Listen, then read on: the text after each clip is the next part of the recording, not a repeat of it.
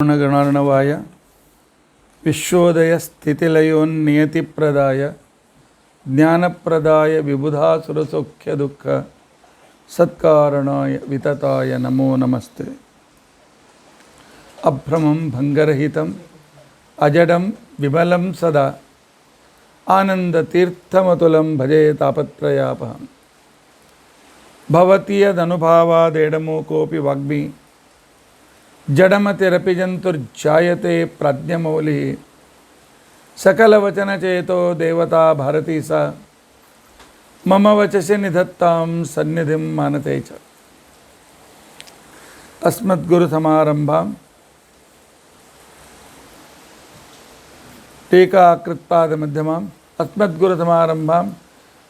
टीकाकृत्पादमध्यमां श्रीमदाचार्यपर्यन्तां वन्दे गुरुपरम्पराम्।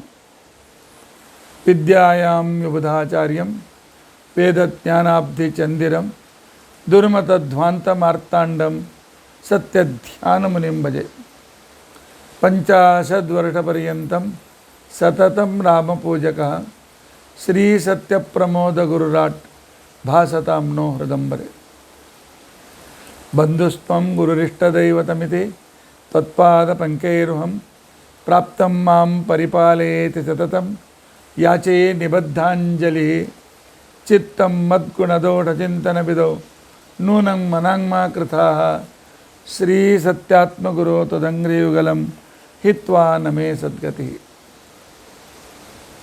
यैरहं शुकवत् सम्यक् शिक्षितोऽस्मि कृपालुभिः तान् वन्दे धेनुपाचार्यान् तत्त्वज्ञानार्थसिद्धये। श्रीगुरुभ्यो नमः। हरि ओम हरि ओम हरि ओम। स्वस्तिस्तु अचेडतन्मङ्गलानि तन्तु श्लोकैकश्रवणपठनमात्रेण वक्तुश्च श्रोतॄणां निखिलकलिकृतकल्मषापनोदनपुटतरे धर्माद्यखिलपुरुषार्थसाधनीभूते अद्य सदाचारस्मृति अंतर्गत संध्यावंदन विवरणारंभे सति किंचित् पूर्वकथानुवादः। हरि ओम हरि ओम हरि ओम।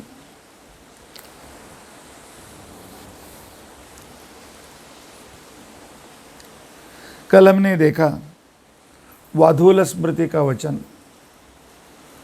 सूर्य के सामने खड़े होकर के ब्रह्मचारी और गृहस्थ कम से कम 108 जप उन्हें करना ही है, और वानप्रस्थ और यति को रोज कम से कम 1008 जप करना ही है। और जपों को गिनना आवश्यक है, उसके बारे में भी मैंने बताया आपको।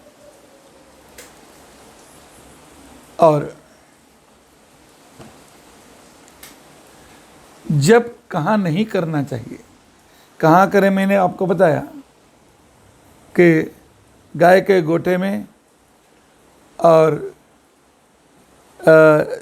यज्ञशाला में, सिद्ध क्षेत्र में और मंदिर में जैसे फल बढ़ता जाता है। कहाँ नहीं करना चाहिए। नहीं कवासा, उत्तरीय के बिना सिर्फ एक ही पंचा में बैठ करके, एक ही धोते में बैठ करके जप नहीं करना है। दूसरा वस्त्र अत्यंत अनिवार्य है। न अंतराले कदाचन, माले के ऊपर बैठ करके जप नहीं करना है।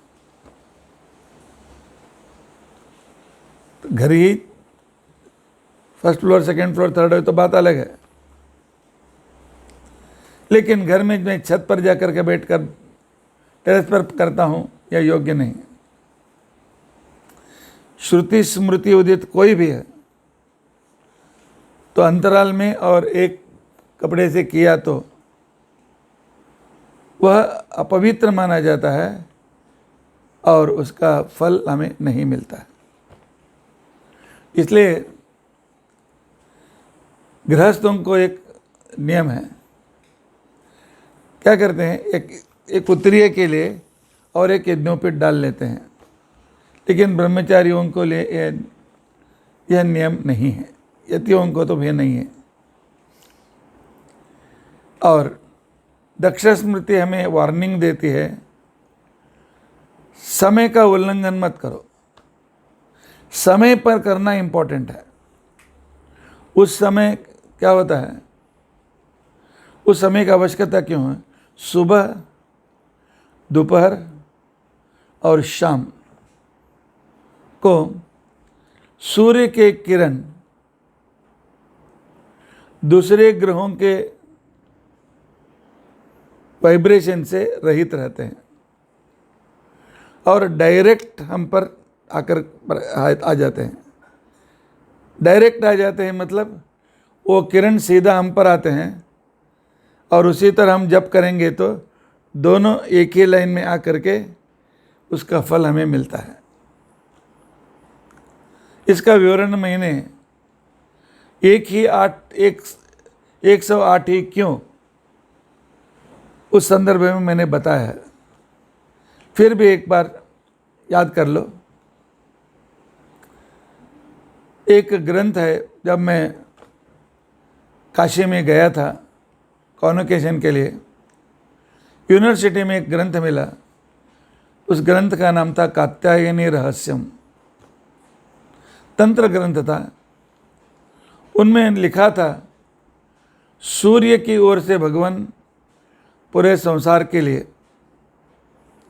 33 कोटि करोड़ किरण भेजते हैं, इसलिए 33 कोटि देवता इस तरह हम कहते हैं। उसमें 11 करोड़ किरण तो सूर्य किरण होते हैं, जो हमारे पोषक होते हैं। 11 करोड़ किरण प्रजापति किरण होते हैं, वे संतानोत्पादन के लिए और सभी पेड़ों का गर्भधारण, कृमि कीटों का गर्भधारण उन किरणों से ही होता है। और दूसरे होते हैं यम किरण, सूर्योदय से लेकर के रात के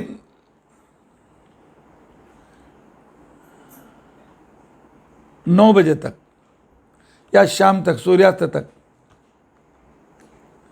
सूर्य किरण रहते हैं। सूर्यास्त से रात के 12 बजे तक प्रजापति किरण होते हैं और 12 बजे से लेकर के सूर्योदय तक यम किरण रहते हैं। इसलिए यम किरण के संदर्भ में तो रात बेरात को बैठ करके पढ़ना गिरना ठीक नहीं करना, उसके उल्टा प्रभाव पड़ता है। इसलिए लेकिन 11 करोड़ किरण हमारा शरीर सहन नहीं कर सकते हैं। हमारा शरीर सिर्फ सहन कर सकता है 108 किरणों को, ज़्यादा से ज़्यादा 1008 किरणों को। तो 11 किरण तो सूर्य किरण आ रहे हैं, 11 करोड़ क्या करने का। इसलिए भगवान में बीच में ट्रांसफार्मर रख दिया। वे पहले ट्रांसफार्मर थे 12 राशियां, मेष, वृषभ, मिथुन, कर्क, सिंह, कन्या, तुला। उसके वहाँ पर किरण थोड़े वोल्टेज कम हो गया और नीचे आने लगे, तो नीचे उन्होंने पहले 9 ग्रहों को रखा, वहाँ से फिल्टर होकर के 12 राशियों में, और वहाँ से बाद में फिल्टर होते हैं नक्षत्रों में। एक नक्षत्र में 4 चरण होते हैं। जिस एक चरण में उत्पन्न होते हैं ज़्यादा से ज़्यादा 1008 किरण हम सहन कर सकते हैं। इसके लिए वही किरण, जब सूर्य किरण हमें आते हैं सुबह, मध्याह्न और शाम को, उसी समय हमें जप करना है। उस समय किए हुए जप कि हमारा उसका कनेक्शन होता है। जैसे हमारा एंटीना और रेडियो अथवा टीवी सेंटर से जो रेडियो एक्टिविटीज़ भेजते हैं, हमारा एंटीना स्वीकार करती है, हमें टीवी पर दिखाती है। एंटीना नहीं है तो कुछ भी नहीं लगेगा। उसी तरह हमारा एंटीना जागृत होती है मस्तिष्क की ये 3 संधि कालों में, इसलिए उस समय करना बहुत अत्यंत अनिवार्य है।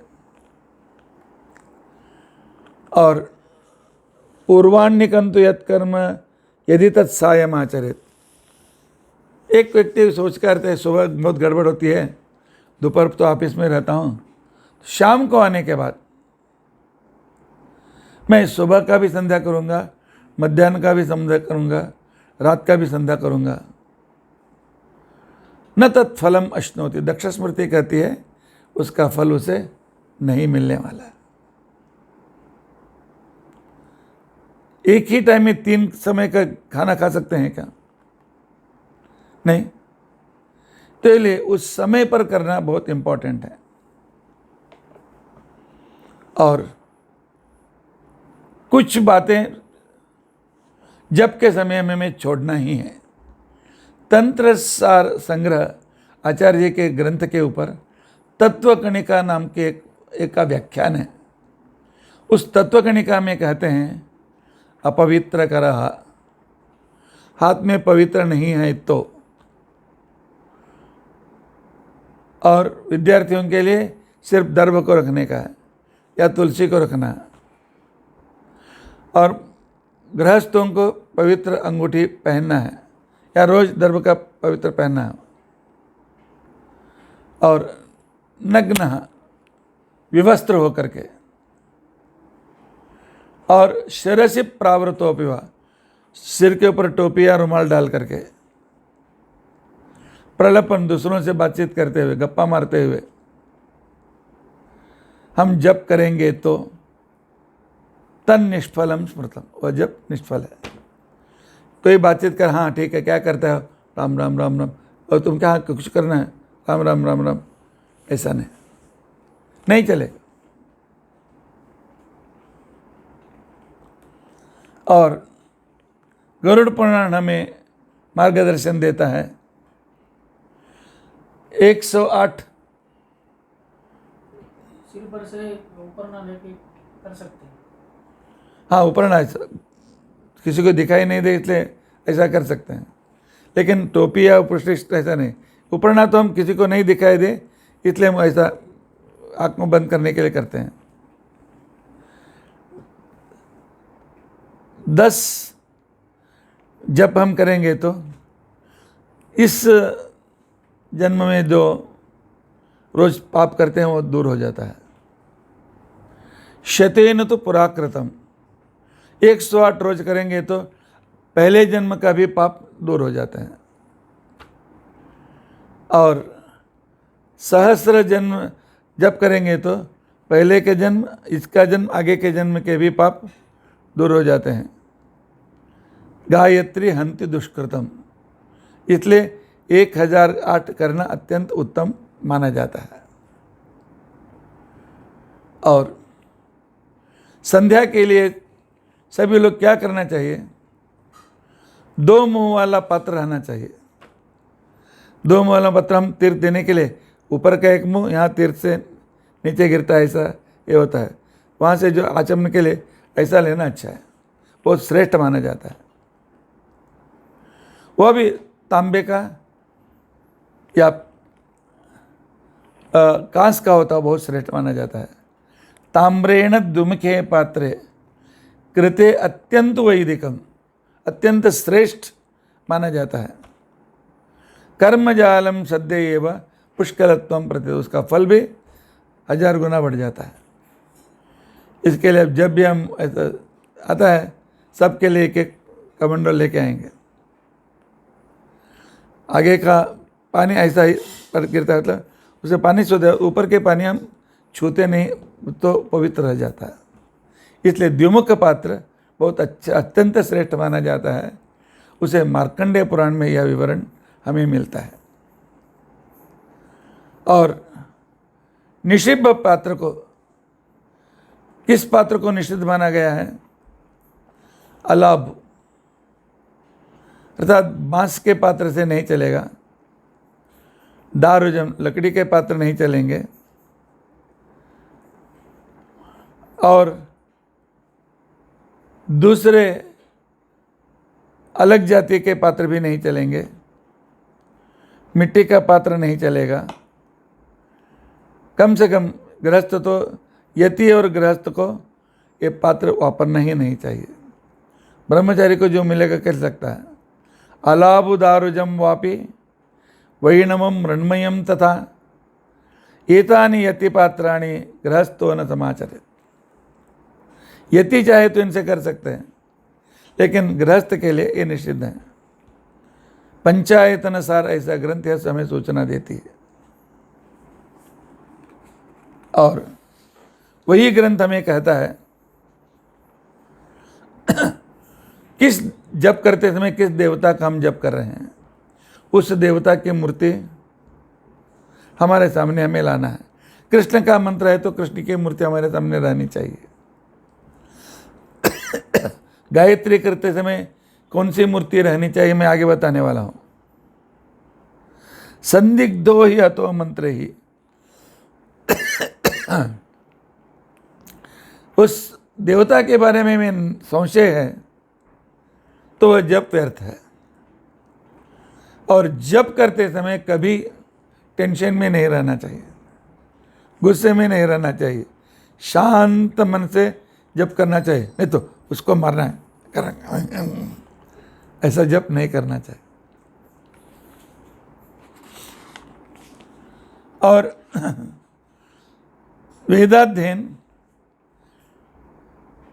श्लोक उच्चारण करते समय जप तो हम मन में करते हैं, लेकिन दूसरे मंत्र जो कहते हैं तो उस समय किस तरह उच्चारण करना चाहिए पाणिनि शिक्षा हमें बताती है। मधुर स्वरों में बोलना चाहिए। आपो इष्टामयो भुवा, आपो इष्टामयो भुवा, ऐसा नहीं, मधुर स्वर में होना चाहिए और अक्षर स्पष्ट होना चाहिए। आपो इष्टामयो भुवा, आधा आधा नहीं होना चाहिए। आपो इष्टामयो भुवा तान ऊर्जे दधातनः, अक्षर अभिव्यक्त होना चाहिए। और पदच्छेद आपो इष्टामयो भुवः तान ऊर्जे दधातना, नहीं तो आपो हिष्टाम। गायत्री मंत्र तो लोग ऐसा उल्टा कर पदच्छेद ठीक से करते नहीं। तत्सवितु तत्स वितुर्वरेण्यम भर्गो देवस्य तत्स वितुर्वरेण्यम कहते हैं। तत्सवितु वरेण्यम ऐसा ही कहना चाहिए।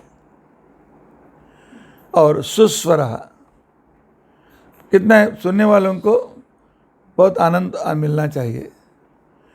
धैर्यम, डरते डरते मंत्र नहीं जप करना चाहिए, धैर्य से। अग्निमीळे पुरोहितम, अग्निमीळे पुरोहितम, यज्ञ से भयभीत होकर के नहीं करना है। और लय के साथ करना चाहिए। आगच्छ वरदे देवी जपे में सन्निधो भव, इस तरह जो उसका लय संगीत का और कुछ छंद का उच्चारण है ठीक तरह से करना चाहिए। षडेते पाठका गुणा, ये 6 वेद पाठ करने वालों के गुण माने जाते हैं। मधुरता, स्पष्ट अक्षर, पदच्छेद, अच्छे स्वर में और धैर्य के साथ और उसके लय के साथ, ये 6 गुण स्तोत्र मंत्र बोलने वाले के गुण माने जाते हैं। और गीति, दोष, गीत कहते हैं आपो एष्टा, ऐसा नहीं करना चाहिए।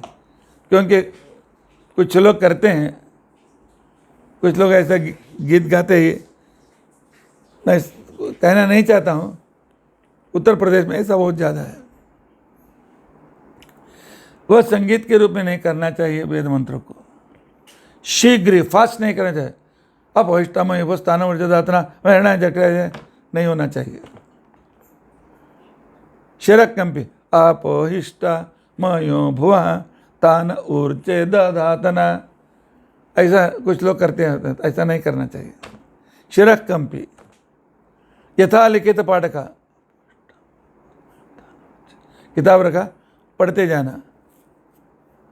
आपोहिष्टा मयो भुवा तान ऊर्जे, उदात्त नहीं, स्वर नहीं, स्वरित नहीं, वह भी गलत है।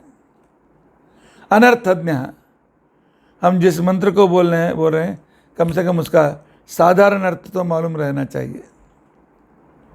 अल्पकंठश्च, एकदम आपोहिष्टा मयो भुवा तान ऊर्जे नहीं, आपोहिष्टा मयो भुवा तान ऊर्जे दधातना, इस तरह स्पष्ट होना चाहिए। ये 6 दोष षडेते पाठकाधमाः, ऐसा मंत्र बोलने वाले अधम पाठक माने जाते हैं। हाँ, संध्या को कितना समय लगता है?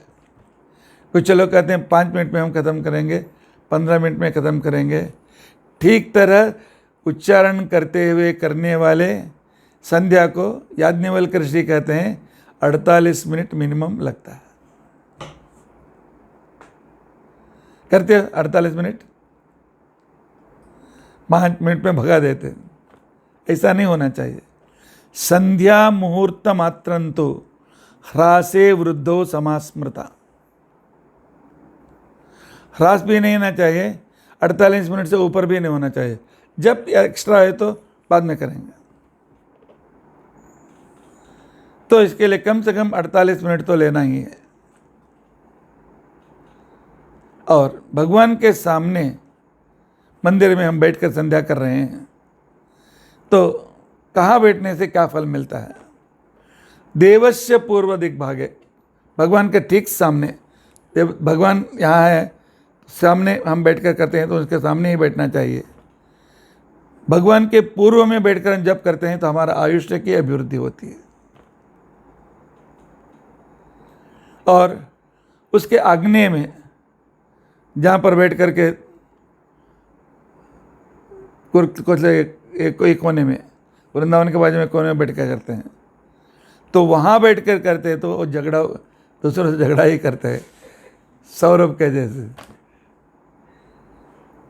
पावके कलहम कुर्यात दक्षिणे ज्ञानवर्धनम, भगवान के राइट साइड में मेरे रूम के वो बार में बैठ करके संध्या करेंगे तो ज्ञान की अभिवृद्धि होती है। राक्षसे मरणम कुर्यात, नैऋत्य में, और रथ के कोने में बैठ करके करेंगे तो आदमी का आरोग्य बिगड़ जाता है।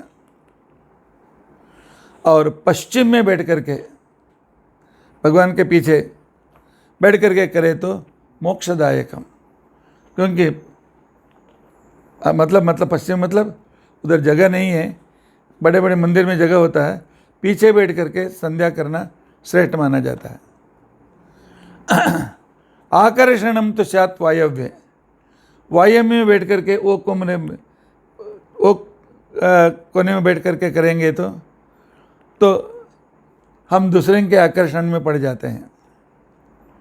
उत्तरे श्री प्रदायकम, उत्तर में बैठ करके हम करते हैं, भगवान के लेफ्ट साइड में बैठकर करते हैं, तब संपत्ति प्राप्त होता है।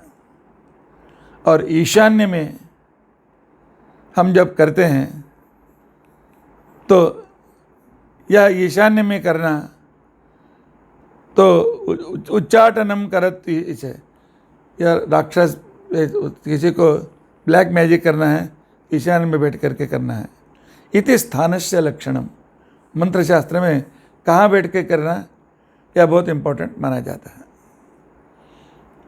और जिस मंत्र को जब करना है गुरु से उसे स्वीकार करना जरूरी है।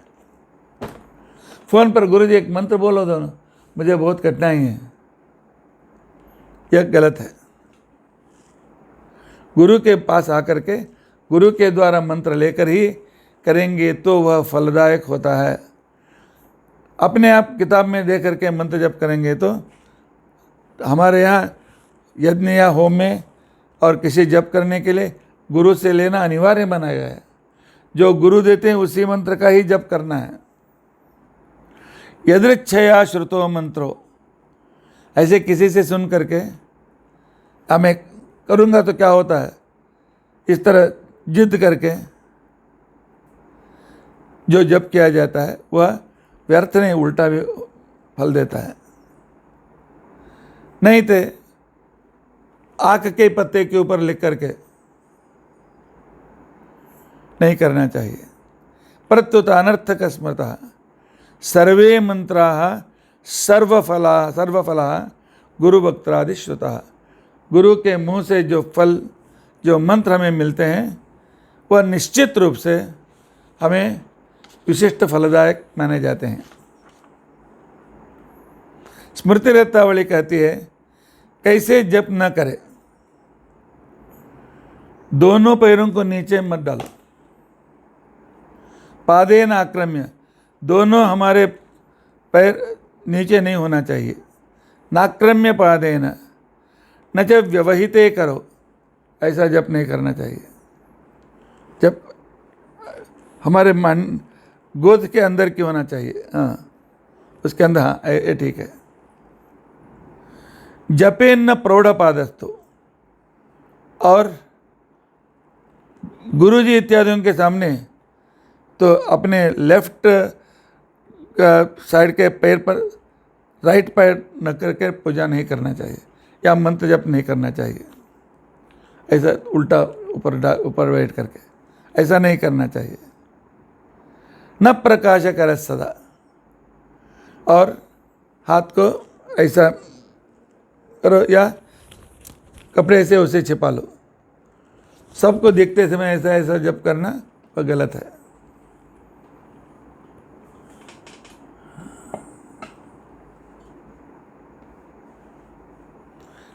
हाँ, किसी मंत्र को, किसी होम हवन को इसी दिशा में करना ऐसा शास्त्रों में कहा गया है, और जिस मंत्र के लिए ऐसा नियम नहीं कहा गया है, कर्दम प्रदीप ग्रंथ कहता है वह या पूर्व में करो या उत्तर में करो या ईशान्य में करो, छोड़ करके दूसरे दिशाओं में मत करो, इस तरह कहा गया है। संन्यास पद्धति में कहते हैं प्रांगमुखो वा उदंगमुखो वा, प्राग उदन्मुखो वा, पूर्व में मुंह करके या उत्तर को मुंह करके या ईशान्य को मुंह करके जप होम इत्यादियों को आपको करना है। और जितना जप करते हैं, 10 करते हैं तो 1 अर्घ्य देना चाहिए, तर्पण देना चाहिए, 100 करते हैं तो 10 तर्पण देना चाहिए, 1000 करते हैं तो 100 तर्पण करना चाहिए। एक संसाधितो मंत्र जप होमादि तर्पण ही, उसका दशांश होम करना चाहिए। ससाधकस्य सर्वार्थम प्रसूते, वो उसके लिए पूरे उसका संपूर्ण इच्छा पूर्ण कर देता है। 100 जप किया तो 10 तर्पण, 1 आहुति का होम, 1000 करेंगे तो 100 तर्पण, 10 आहुति का होम, 10,000 करेंगे तो इस तरह उसका दशांश तर्पण, उसका दशांश होम होता है, होम की संख्या होती है। जब रामायण महाभारत में आता है कि राम और श्री कृष्ण ने भी जप किया था, सुबह उठ करके जप करके बाद में आगे काम करते थे, भागवत में भी वर्णन है, और इसलिए भगवान ने करके दिखाया है। इसके लिए हमें योग्य समय पर ब्राह्म मुहूर्त में 8:30 के बाद उठ करके सोच करके 11 बजे नहीं, ठीक सूर्योदय के समय में ही स्नान अर्घ्य होना बहुत जरूरी है। और ओंकार युक्त मंत्र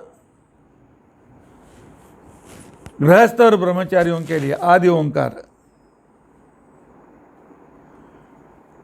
और गायत्री मंत्र 3 तरह की होती है, संपुटाकार गायत्री, षडोंकार गायत्री, एक ओंकार गायत्री। गृहस्थो ब्रह्मचारी च प्रणवाद्याम इमाम जपेत। ओम भूर्भुवस्व तत्सवितुर्वरेण्यम भर्गो देवस्य धीमहि धियो यो न प्रचोदयात्। बस यही उनके लिए गायत्री है। अंते च यह प्रणव कुर्यात् नासो वृद्धि ममापनुयात्। लास्ट में भी फिर ओंकार जब बोलता है तो उसकी अभिवृद्धि नहीं होती। लास्ट में ओंकार ओम भूर्भुवस्व तत्सवितुर्वरेण्यम भर्गो देवस्य धीमहि धियो यो न प्रचोदयात् ओम नहीं बोलना चाहिए। और यति षडोंकार सहित संपुटाकार गायत्री का जप करना चाहिए।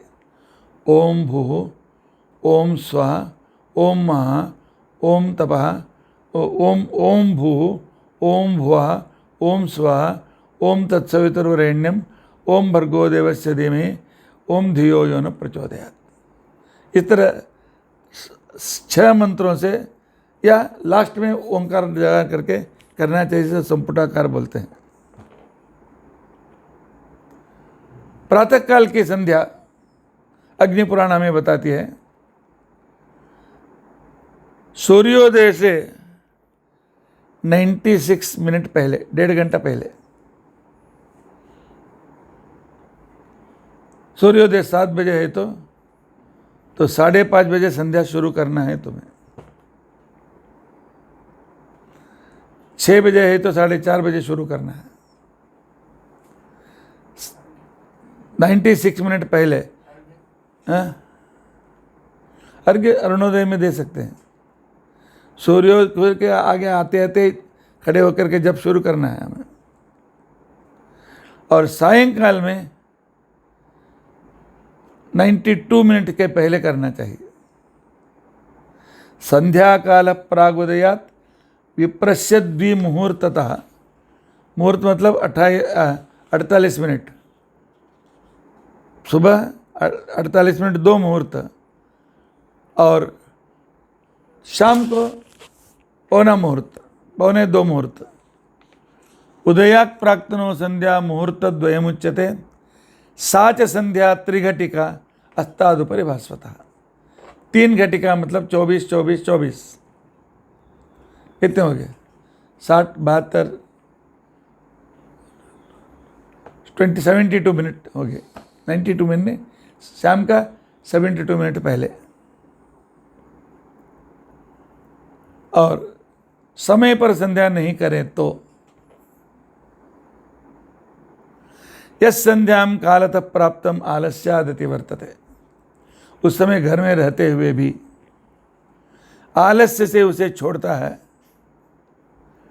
उसे सूर्य हत्या का पाप आता है और अगले जन्म में वह उल्लू बन जाता है, रात में अंधेरे में बैठने वाला।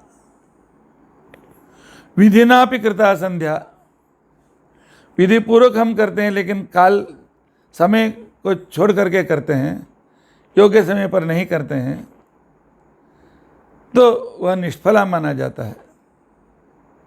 लेकिन उस समय गुरु के पास वेदाध्ययन कर रहे हैं या स्वाध्याय कर रहे हैं अर्जेंट होकर के, तो समय व्यतीत हुआ चलेगा।